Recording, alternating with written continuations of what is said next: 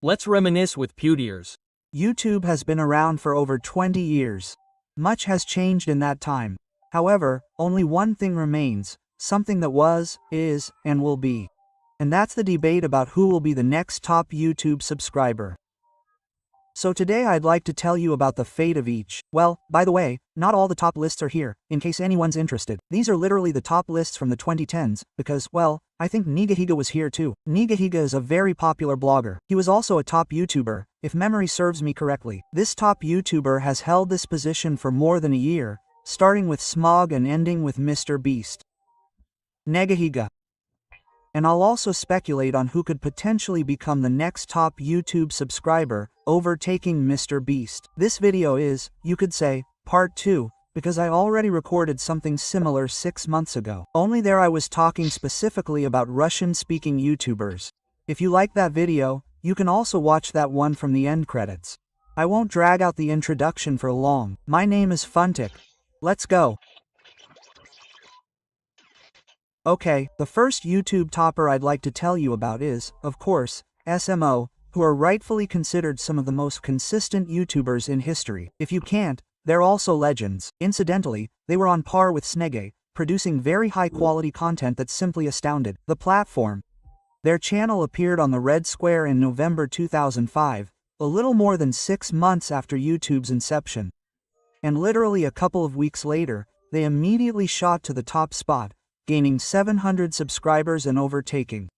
By the way, the funniest thing is that you realize that they initially used YouTube solely as a way to further promote their site. They didn't give a damn about YouTube. They looked at it and were like, well, it seems like something new has appeared. Let's upload our videos here. Quote, because that way our site will become more popular. Cool, right? Not the other way around. It's roughly the same as if I were to upload a video to, I don't know, TikTok, and transfer the traffic from there to Telegram. Look, that's the same wipe. YouTube's official channel. Yes, at that time, this video hosting site was an extremely local topic, known only to a few tens of thousands of people. Therefore, to become the top 1 subscriber, you only needed to get 700 subs. And they managed to get those 700 subscribers with just one video. The thing is, at that time. By the way, Smosh were the only guys on YouTube to have been top 1 on YouTube 3 times.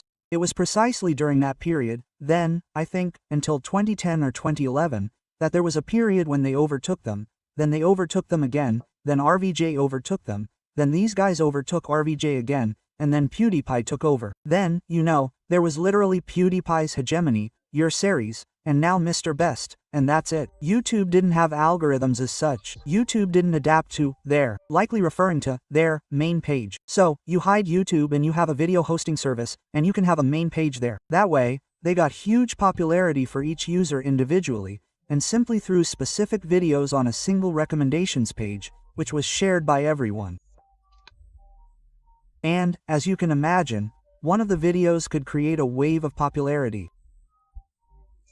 Moreover, after reaching the top spot, the author also saw organic growth for their channel.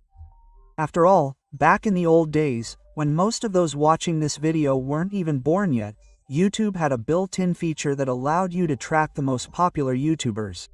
And that's where Smosh and I were showing off, if you ask me. Yes, that dude showed up later, who, well, was just acting dumb. I think he even inspired Sarek to appear in Nickelodeon. As for the channel itself and the people behind it, meet Anthony and Ian. 20 years ago, they created the channel Smosh.com to somehow promote their website, Smosh.com, which now links to their merch. Previously, they posted exclusive videos by Anthony and Ian that weren't available on YouTube. The content itself, these guys, consisted of comedy sketches and vignettes. And one of the most popular sections was food battles. And food battles are a cool topic, by the way. The point was that they even recently had a situation where you realize they sold the channel. They sold the channel, I think in 1913. And after that, new actors appeared. They were literally just paid guys, so to speak, and they did everything their cool bosses told them to, which is why Smosh, of course, took off in a more business-like direction, and the budgets really increased. But, honestly, from the outside, it looked like it was just recently, okay, maybe 10 years ago, maybe even 12 or 11. Well, whatever, and at some point, it seems like Anthony said, That's it, I can't do this anymore, I'm leaving. Guys, goodbye to everyone. And only recently, about a year and a half ago, Anthony returned for one simple reason. They bought the channel back. Imagine, they bought it back. Yo, that's cool, right? And then I thought, damn, they'll start making videos, and they've really gained momentum. They have these montages, all sorts of sketches. ASNUV, I don't know, 13. Quote. But, as you understand, everything old is mostly nostalgic. And so, at some point, the algorithms are like, well, we'll recommend less. And the guys started making these endless podcasts again, useless videos and sketches. Yeah, sketches have faded into the background, and they're literally making all sorts of shows now. It was funny again when they came back, but they still went back to the format that existed before them, because, well, it's a working topic. Yeah, long videos, shows, lots of views, you can put ads. Well, 200, let's say 30,000 views, say, 600. It doesn't seem like much for such a big channel, but it's 3 hours long, like, there's commercials, guys. And considering this is America, everything there is actually really tasty. So, yes, they came back with motivation, started doing something cool, awesome, but then everything still slid back to what it was, even, yes, before the channel was bought out. Although, I think they still filmed some sketches. And Anthony argued about which food could perform the most unusual functions. All of this was played out in a humorous delivery, which was a novelty 20 years ago. And as a result, these videos now have over 20 million views on almost each one. This was the very beginning of their career, and subsequently, their YouTube channel has experienced so many unexpected twists and turns that it can make your head spin. First, the Smosh brand was bought by Defy Media, which paid with shares that were practically worthless. Then that company went bankrupt, they sold the channel to other guys, and one of the Smosh members, Anthony, left the project altogether. Then, a couple of years later, he came back. The channel was back. Basically, some kind of wild chaos happened, and usually, after such a chain of events, with the channel being resold to other people and, basically, the corporatization of the entire content creation process, there's a drop in views. However, this is definitely not about pro views, which are simply YouTube phenomena. Well, they still have views. Even when they were bought out by companies, everything was great. Even when Anthony didn't leave, everything was great. They're still going strong. They have crazy views on their channel. I mean, I'll open the statistics now. Their numbers are, well, quieter. Well, look, let's take Smosh now, open Social Blade, for example, just to see how many views they have. 22 million a month. Plus, as I understand it, the bulk of views there come from videos, not from TikToks. That's very expensive. Incidentally, October had 24 million, September 40 million. So, you see, they're currently experiencing a slight decline. That's when, I think, they bought back their channels. That's it. What happened here? Honestly, I don't know. Something happened here. Maybe they stopped filming shorts because at one point they were doing that a lot. In short, everything's great with them, guys. Those kinds of views, especially in America, that's a lot. That's nice. From 2005 to 2017, despite all the confusion surrounding the channel, they remained, if not the most popular, then certainly among them. And if we talk about what's happening with them now, their channel still generates 30 to 40 million views a month. That's very. So why the hell did I even open it if he did it himself? I don't get it. Very respectable. Even though they're no longer the top YouTube channel, one way or another, it's not like I really opened it. They left an indelible mark on the red square and will definitely remain in YouTube's memory forever. Oh, RWJ, yo. Well, this guy, by the way, can thank him, because thanks to him, we have Max plus 100,500 and Stas Davidov in general, by the way. The next YouTube top one I'd like to tell you about is Ray William Johnson, who's just awesome. Here, well, look how he screwed everyone. He was flying to the Olympus of the Red Square in 2011. However, in 2013, he was relegated to the Smosh shops, which had lost out to Jenna Marbles a few years earlier.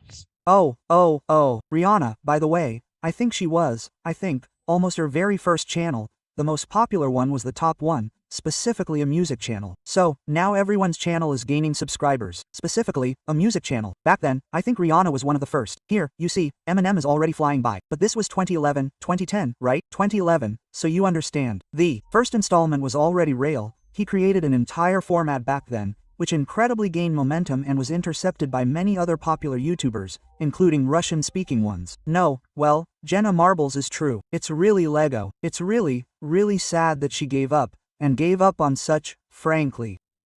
Yeah, some people might think it's brutal, but honestly, the gist of it was that Ray would get emails with viral videos featuring something unusual or funny, and he'd put together 3 of them for each episode and humorously dissect them. Yeah, basically, it's awesome. By the way, Jenna Marbles is literally the blogger who gave us all this before bloggers thing, because they looked up to her. Katya Clapp is literally, well, judging by her beginnings, Jenna Marbles. Pure and simple. Pure and simple. A lot of bloggers in our region, and even abroad, looked up to her. It's undeniable. Lego. What's going on there? As you know, one of the YouTubers inspired by the RWJ format was Max Plus 1500, whom I discussed, who is still recording with a new camera, in a video about Russian-speaking YouTube stars. At the peak of his career, RWJ was garnering tens of millions of views on literally every video. However, over time, RWJ burned out on content creation. Not just burned out, he was, well, at the top, if you ask me. Yes, Smosh had already overtaken him by then, but he was at the top. He was constantly in the top 2, top 3, and PewDiePie was already approaching, so maybe he was in the top 3, but everything was great for him. His views were incredible. You know what he does? He comes in and says, "Guys, that's it, I'm hooked." And he started podcasting. What do you think, noob? Did that really help his views? If I remember correctly, he's now actually started returning to that content, whether it's RWJ or not. He just started making TikTok-style videos.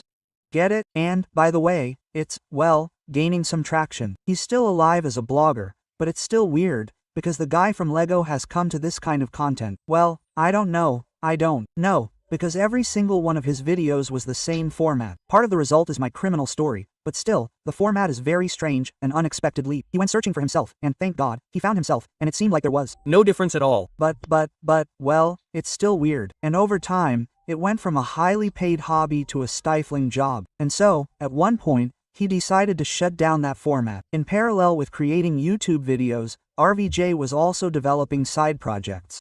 For example, he managed his own band, which was extremely successful, and also appeared in the film.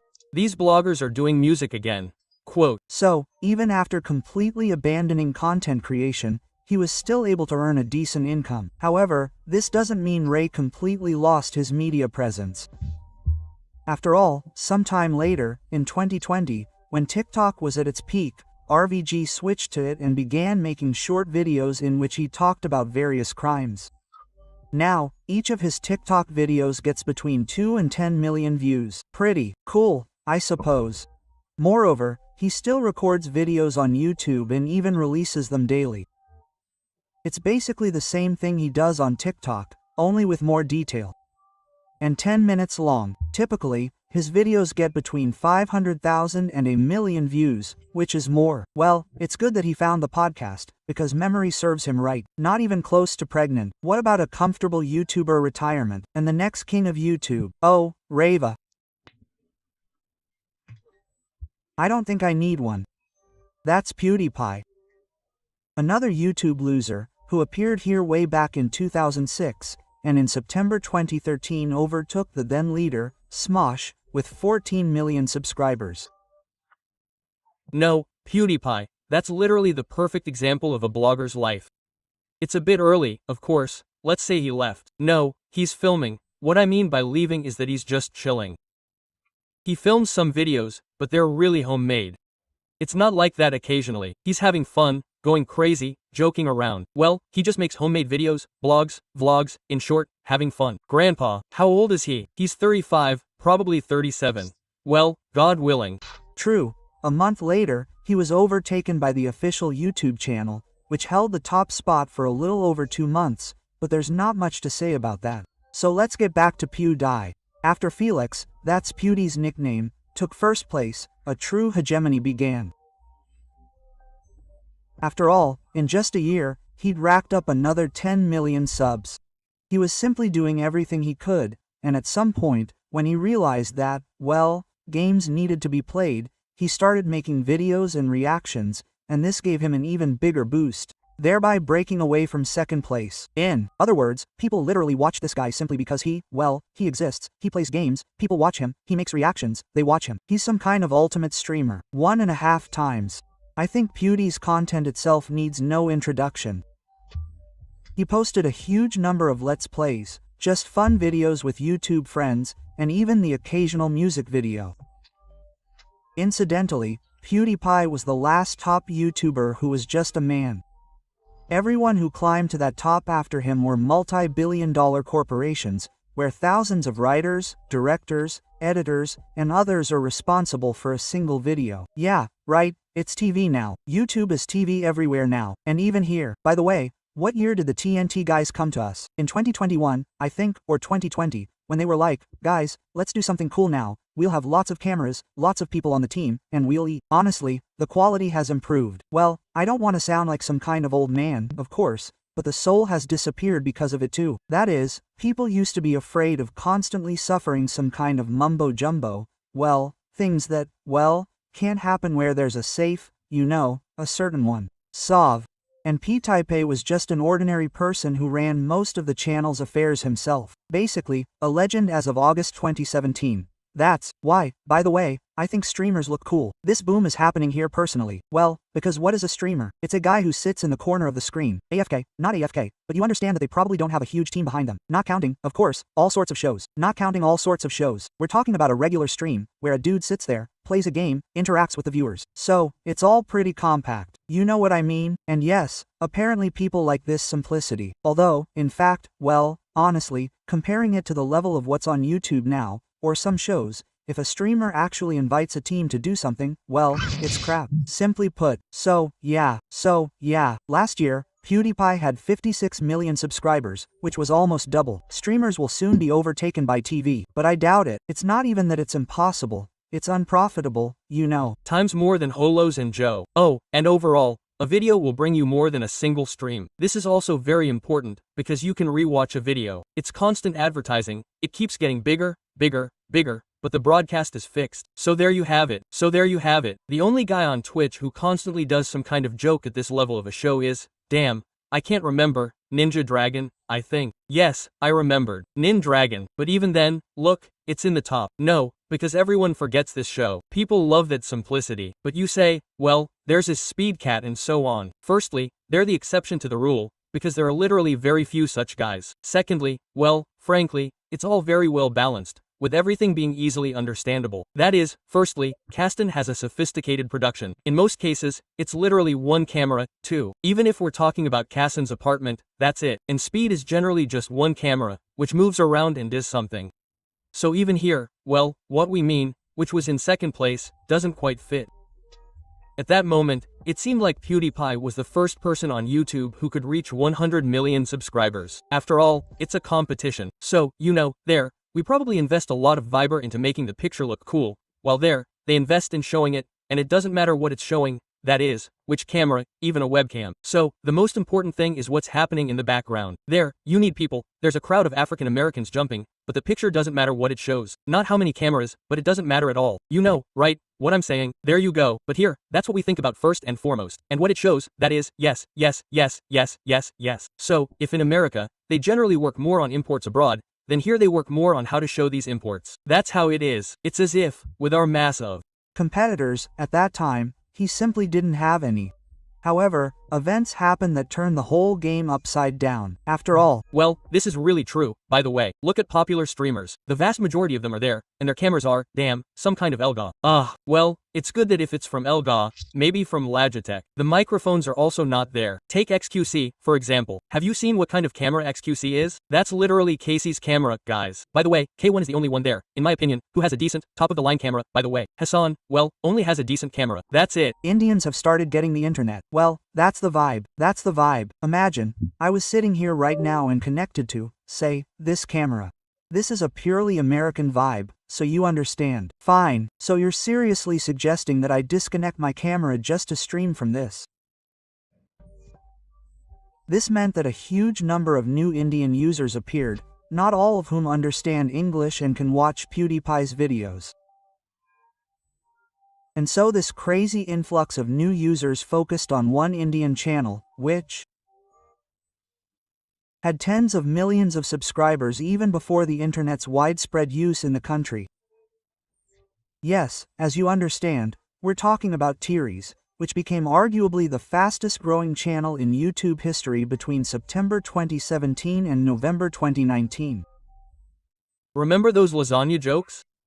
They could get subscribers every month, and you could watch showers, with several million people, which was far more than PewDiePie could manage back then.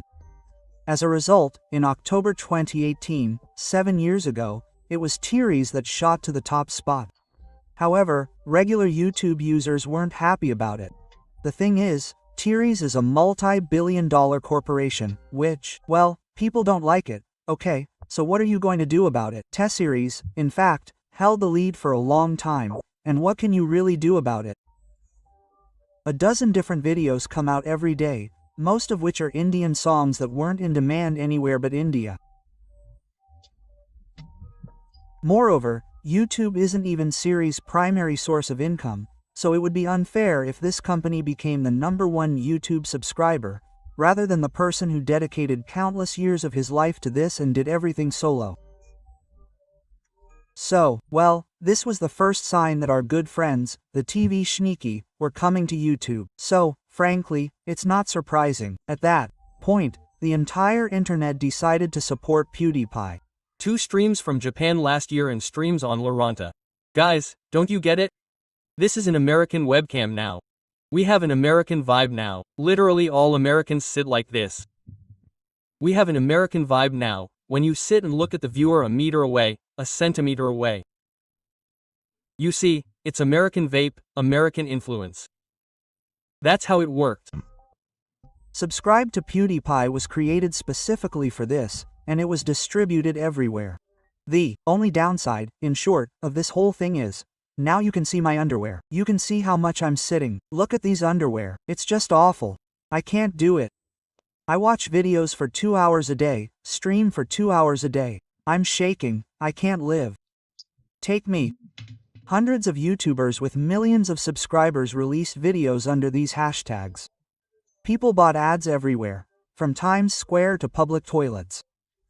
And it bore fruit, because, yeah, take me to the factory, I'm tired of making millions.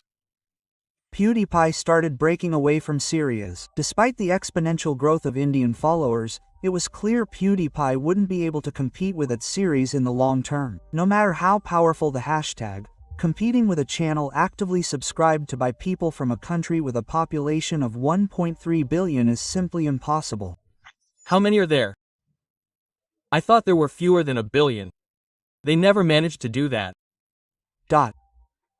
However, the goal was to overtake them in the short term and be the first to reach 100 million. What's the age of consent in India, by the way? Wait, oh, no, wait, you don't get it. The age of consent is in. You don't get it. According to Indian law, intimate relations with a woman under 17 are prohibited, regardless of her consent. No way. So, they get it. Take a cue from India, guys. They tolerated it until they were 17, and then, as soon as they gave it to them, everything immediately became clear. Everything fell into place. Look, there's Qatar, see? Oh, Angola. There's Angola. The age of consent is 12. How many people are there? How many people are in Angola? 37. Wait, how does that compare to other countries? Argentina, how many people? 45 million. Burkina Faso, 23 million. It's 14 years old. Austria, to be more precise. Wait, what do Mongolia have more of than Austria? Albania. So, guys, could you please explain why we're moving up the age of consent and there are obviously fewer people than in Angola, say, Argentina, and Burkina Faso?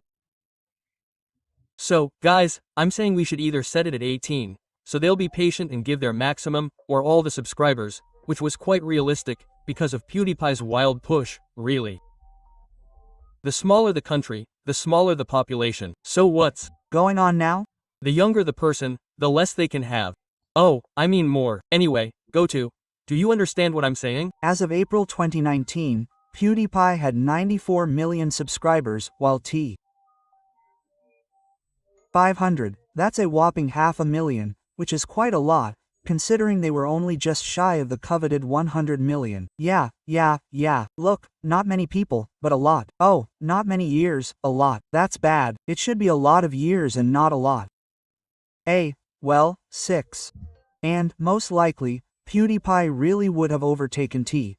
If not for one event that completely ruined the entire hashtag. The thing is, one idiot, who, apparently, thought he was faking it. Oh, I remember that debit. Felix had a counter-strike. Yeah, I don't think he thought anything, he Didn't build anything worse. He's just 50 people. And when he was arrested by the police, he said in an interview with a wonderful word for him, but unfortunately, it's blocked on Twitch. He said, subscribe to PewDiePie.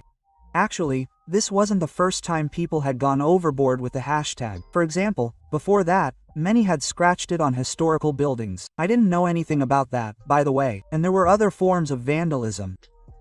However, that incident marked the final point, after which PewDiePie himself stopped the hashtag, because continuing it after such a tragedy would have been, well, inappropriate, to say the least. As a result, PewDiePie's growth slowed significantly. And in May 2019, T-Series became the first channel to reach 100 million subscribers, while PewDiePie only had 96 million before they removed the clip.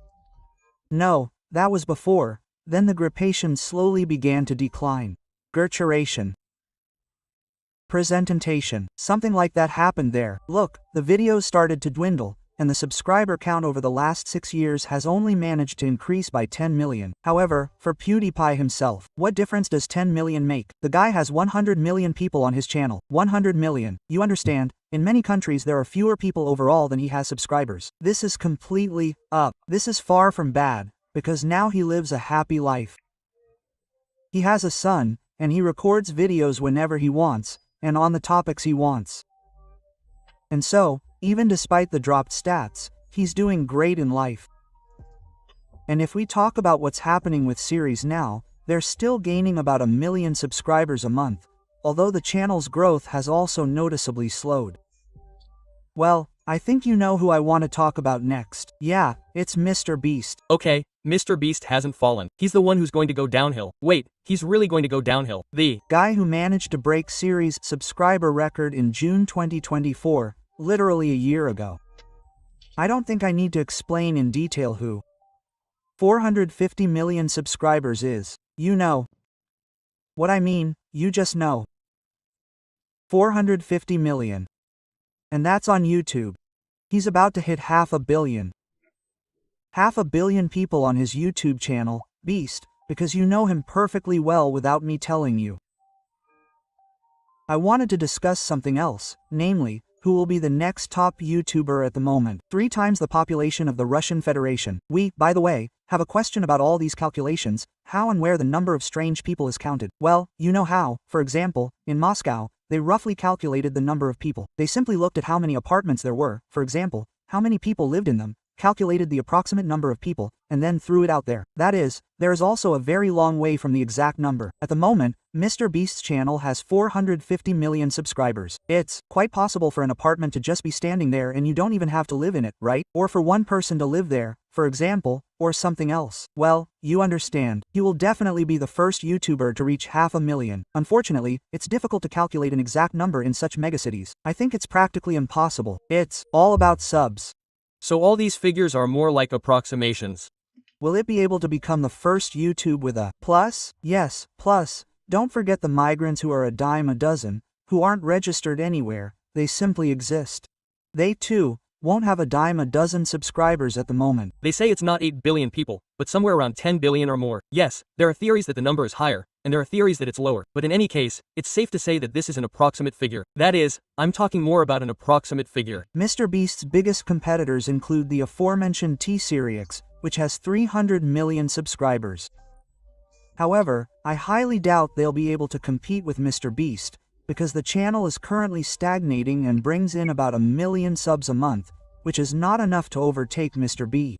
In fact, there's only one person in the world, me. You're all in the Matrix, I'm in the Matrix, and you don't exist. And anyway, I'm the director of this game, and you're just my NPCs. I think, by the way, everyone thought the same thing to themselves, especially when they turned on music and walked somewhere and thought, I'm in a video, everyone's looking at me now, like I'm so cool, but in reality, you're just walking around in their ears, looking, well, kind of arrogantly at everyone. Moreover, there's no point in talking about long-term growth, because India's population hasn't grown as much as it did 10 years ago, and the internet is now everywhere. So, I think Syria will remain on YouTube's top list for the next 10 years, but it certainly won't get close to first place.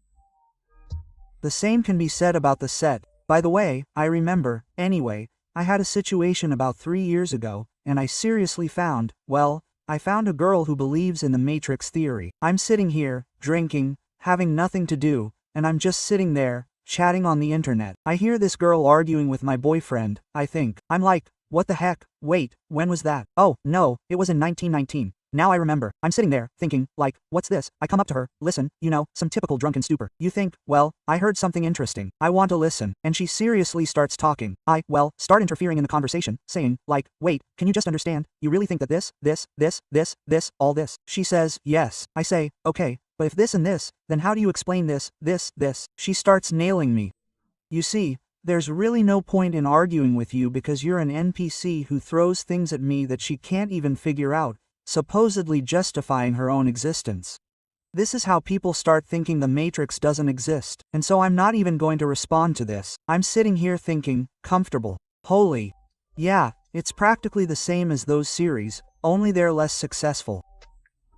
They haven't reached 300 million subscribers, but only 200. You can also see a trend. The top 10 most popular YouTubers currently include 4 channels with children's content. These are Cuckoo Mylon, Vlad and Nikki, Kids Diana Show, and like. Oh, my favorite, in short, Kids Diana Show. I love watching her unpack toys from Detsky Mir. Aha, I love it. Who is it? Nastia. One could assume that one of them will take first place, which is entirely possible. None of them will take it. MrBeast. That's it.